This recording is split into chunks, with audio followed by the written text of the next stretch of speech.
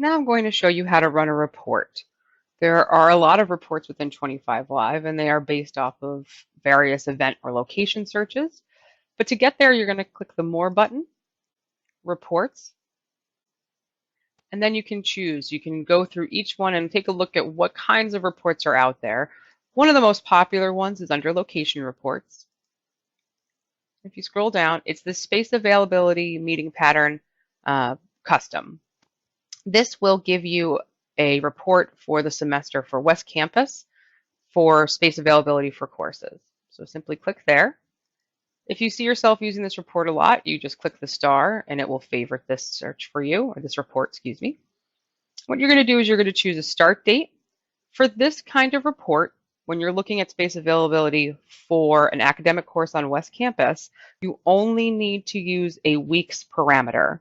That is because we don't allow for events to be booked until after the start of the term. So if this is before the start of the term, you just need to use 1 week in that term. So if we look for spring space, you just move the calendar. You can choose the first week of classes or any week in the term, just not spring break.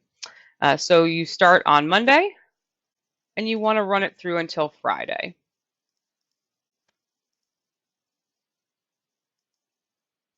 And then the location search will be, you can narrow it down if you want to look for classrooms that have AV, which is almost all, or specifically has a computer or Echo. You can use any one of these searches. But let's just say you want to only see classrooms that can hold 100 or more students, or between 60 to 100 students, or from 1 to 60. These are some of the best searches to use when you don't have specific requirements. So let's look at large room availability.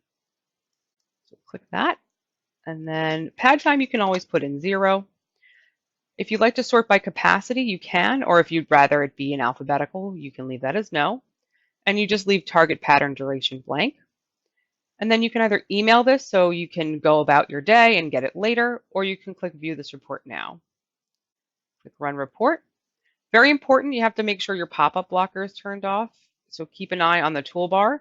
If you have to allow for pop-ups, because you've never used this feature before, you will have to run the report again. So now you just wait and give it a few moments. You can always click refresh.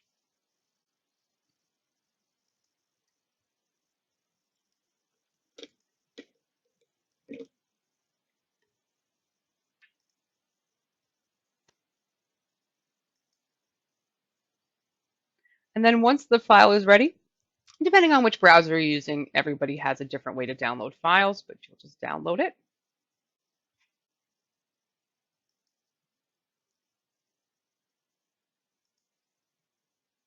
You can see it's popped up down here. And now you have a PDF that is sorted by the different time vectors and what's available during those time vectors.